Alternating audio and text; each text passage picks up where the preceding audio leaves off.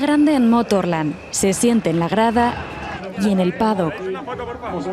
Hoy la tensión de los protagonistas se entremezcla con la emoción de los aficionados. 107.000 han disfrutado desde dentro del circuito. Tras las pantallas, la cifra se multiplica. Así lo ha recalcado el presidente de Aragón en una entrevista en el programa especial de esta casa. Hay decenas, cientos de millones de televidentes que están escuchando hablar de Alcañiz, que están escuchando hablar de Aragón y que están viendo cómo la proyección de nuestra comunidad autónoma se multiplica. Es muy importante la proyección que hoy, la imagen que hoy vendemos de Aragón con este éxito. Aragón saca pecho en Motorland, con himno incluido. Luz de Aragón, torre al viento. Interpretado por Juanjo Bona antes de que la categoría reina eche a rodar. Y si hablamos de números, el impacto económico es también de récord. Hoy se hace balance de la cita con la mirada puesta en el futuro. Esos 46 millones de euros que dijimos hace unos meses que generaba de impacto el Motorland el año de MotoGP, tenemos que seguir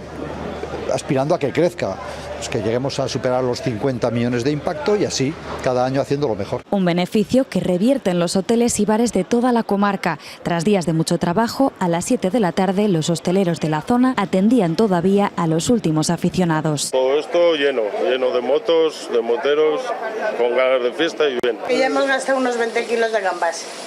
Y luego todo el fin de semana hemos hecho unos 1.500 bocadillos. Termina el Gran Premio de Aragón y con él 3 intensos días de mucha emoción.